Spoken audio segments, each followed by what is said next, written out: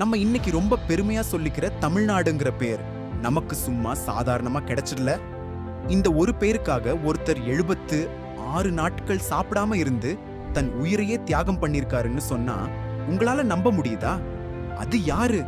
நமக்கு எப்படி இந்த பேர் கிடைச்சது? இந்த வரலாறை கண்டிப்பா தெரிஞ்சுக்கோங்க.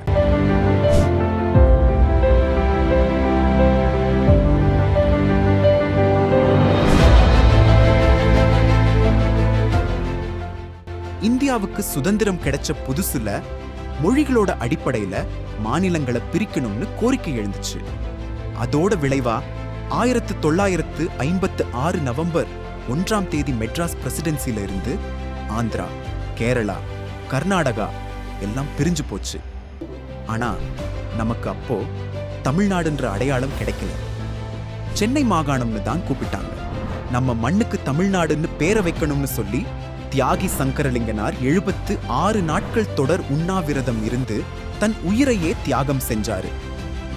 பல போராட்டங்களுக்கு அப்புறம் 1967 ஜூலை 18 பேரறிஞர் அண்ணா முதலமைச்சரா இருந்தப்போ சட்டமன்றத்துல தமிழ்நாடுன்னு பேர் மாத்திர வரலாற்று சிறப்புமிக்க தீர்மானத்தை கொண்டு வந்தாரு. 1969 தைப்பொங்கல் அன்னைக்கு தமிழ்நாடுன்ற பெயர் அதிகாரப்பூர்வமா நடைமுறைக்கு வந்துச்சு. தமிழ்நாடுன்ற இந்த ஒரு பேருக்கு பின்னாடி எத்தனையோ போராட்டங்களும் தியாகங்களும் கலந்த ஒரு நீண்ட வரலாறு இருக்கு.